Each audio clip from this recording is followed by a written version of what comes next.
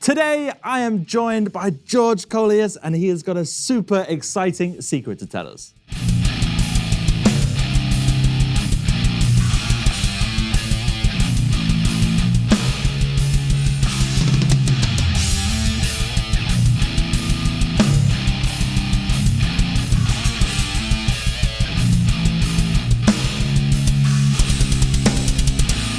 Welcome back to the Gear for Music Drums channel, guys. Today, as I said, I'm joined by a man that really needs no introduction, a man that has done so much for the metal community in terms of drumming, an innovator, a powerhouse of a player. We have George Kollias joining us from amazing bands like Nile and other projects as well, including Royal Time Machine and a bunch of other stuff that we'll link in the comments. Thank you so much for coming down today. It's a pleasure to be here. Thank you for having me. Really excited to be here.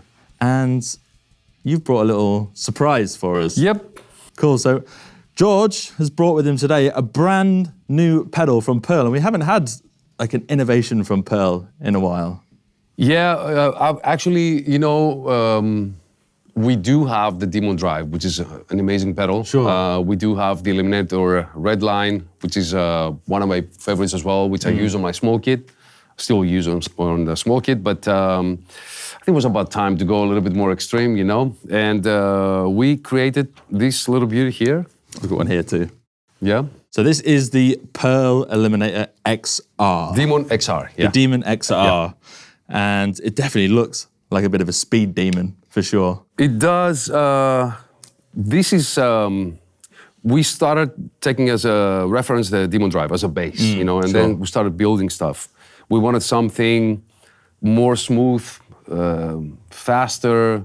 We wanted a new beater, let's say the top half is the innovation. The bottom half is something that, why change it? This is, feels great. That's from the Demon Drive. So we wanted something to go a little bit more extreme and get these guys, guys like me, like guys who want to play like 250 BPM, 60 notes or something. And, you need a pedal more flat, no logos, no bumps, just to move around. I use the swivel thing. Yes, of course. So we needed that flat surface, direct drive.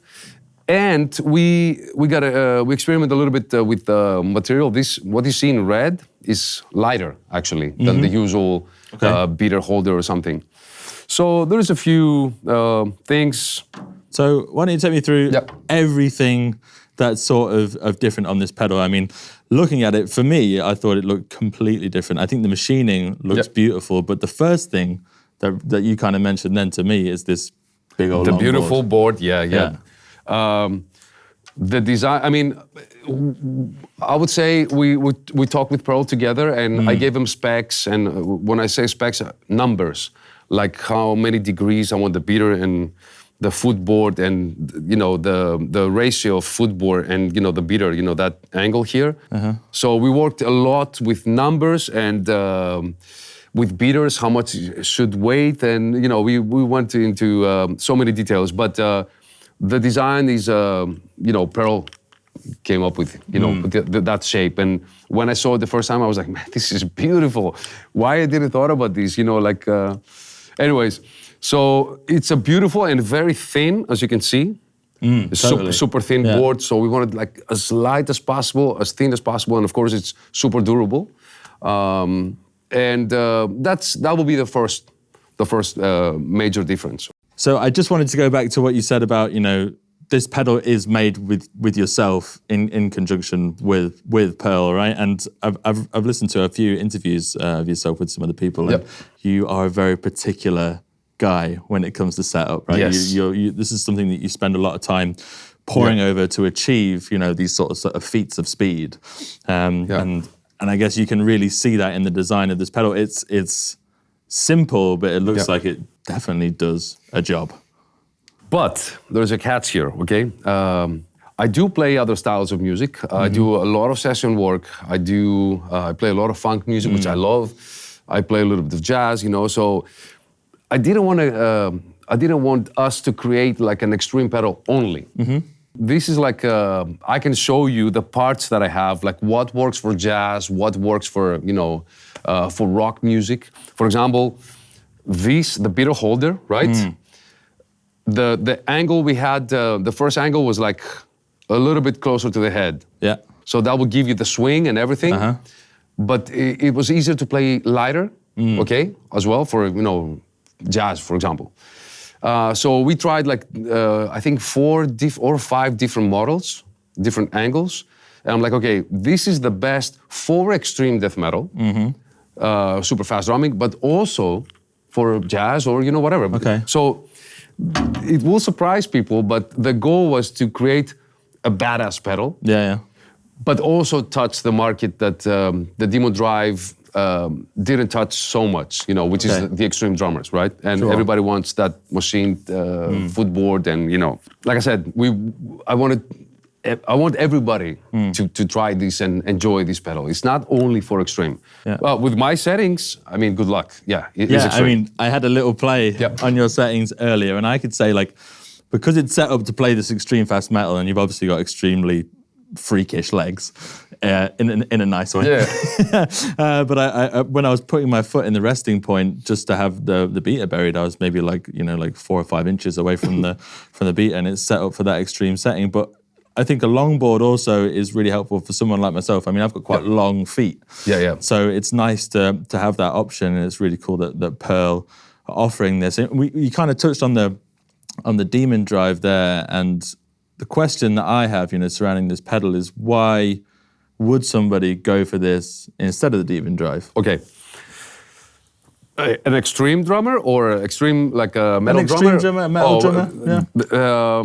Because of the footboard, because of the beater, because of the lighter parts we have here, because of the light feel, the direct response. This pedal is like, sometimes I'm thinking something, and it really feels like an extension of my foot. Okay, so like I said, these new components, help for this, and the extreme metal drummers.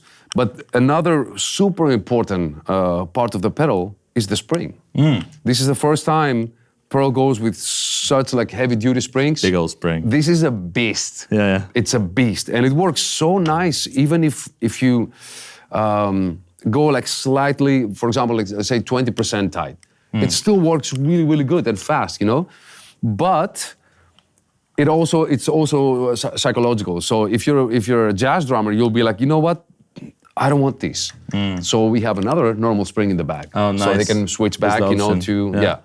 But I think everybody's gonna be happy with these. It matters like how much you're gonna tighten it up. But yeah, for extreme metal, we want this footboard, we want lighter material, we want this amazing beater, which is brand new. Can you talk a little bit about the beater and why that's... And the spring. And the spring, okay. Yeah, so that's what will help a lot. The beater, obviously it's lighter than the normal beaters, but it's got some weight on the top, okay? Yeah. That means it will help you, even with a really tight spring, it will help you to swing the beater, like, for example, like I always give this example in my clinics, the fast drummers, we don't hit the pedal, like, push down the pedal, we throw it and we try to catch it back. So it's like kind of like the basketball. Keeping momentum. Yes. So you're playing like that, like the whipping motion or something, and not like this, okay? So having a little bit of weight and on the top, and then you can go also too far on the top, with the beater. It will make the pedal slower. I mean, the further you go up, right, the pedal gets slower because it's got more weight on the top. Okay, I mean, you understand what I'm saying. If you set the beater right here, the pedal is uncontrollable. Faster, but you'll have no power as well, right? Yeah. Exactly. So that's a compromising. So what I wanted was like a big swing and as much as punch. Yeah. And in order to achieve that for speed, I need a tight spring, like a heavy-duty spring, and tie it up as much as possible. So that, to me, it's the combination, the perfect settings. This and this, okay? So I believe metal drummers will love this pedal. Sure. But like I said, they were not the only goal. I think every drummer wants serious gear. I mean, you might buy a snare that costs like 2,000, and that's your sound, but that's your sound as well. Sure. That's your posture on the kit. That's your balance. That's like, you need a nice pedal. And I think people will be very happy. Yeah, I'm sure. Yeah, totally. I mean, so far it looks like a really nice innovation, and it's definitely. I think we kind of touched on when we spoke a little bit earlier. It's far simpler than the Demon Drive as well. There's fewer settings, but you have enough settings there, really. Yeah, the settings thing is subject to like many pedal companies design pedals, and they're like, how much more settings we should put here? Because some people are, you know, they're like, I wish we could do this, and I don't like the fact that I can't do that, and you know that. But then when you give them the option, they There's too many options. Option paralysis. Yes. Yeah. So you're like, do you know how to set up a pedal? Like, you know, if you're like 60 years old or something, and you're like, okay, finally I'm gonna, you know, get money and buy some serious pedal. Can you set it up?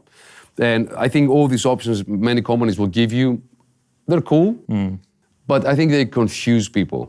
So one goal, I would say even the main goal, was to go with as less settings as possible, as less as possible. Like a computer company, which I don't want to say the name. Okay. And they're like, okay, that's what you want. Apple. Yeah.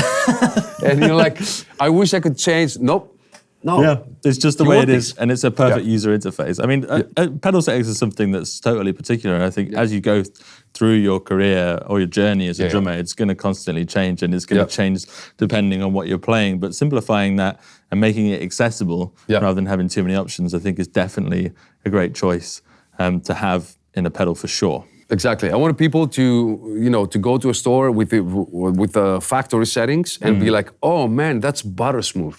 Yeah. Okay, so that was the goal. I think we achieved it. I'm very, very happy, and I'm super proud to be a small part of this new beauty, you know, new product. And I think people, like I said, will love it.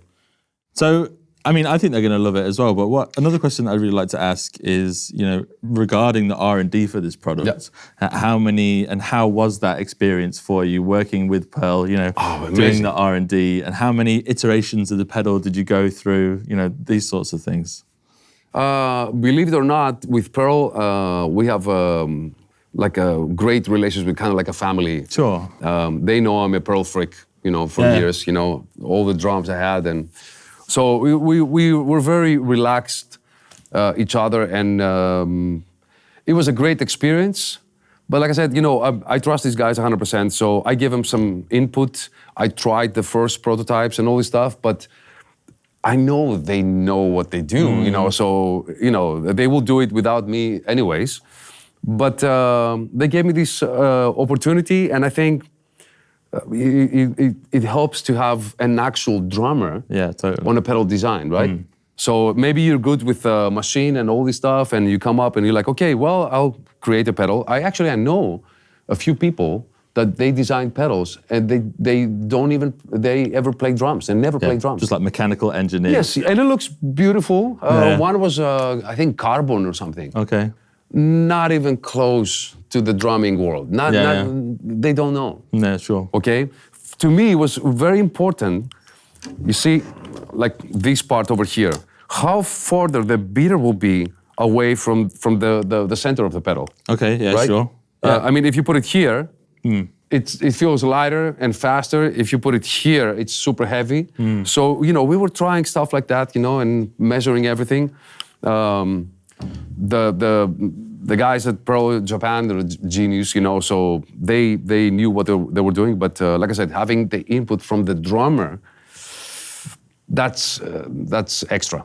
Yeah, and I think it's really important for most drum companies to do that, you know, to work with their artists and to create products which are focused around players. And you can really tell from how passionate you are about this pedal, and the product that we have in front of us is definitely being designed with yourself in mind and with, you know, with drummers in mind. So I think it's an all-round, a really great product. And you know what, I really can't wait to see it in action, to see you ripping with it.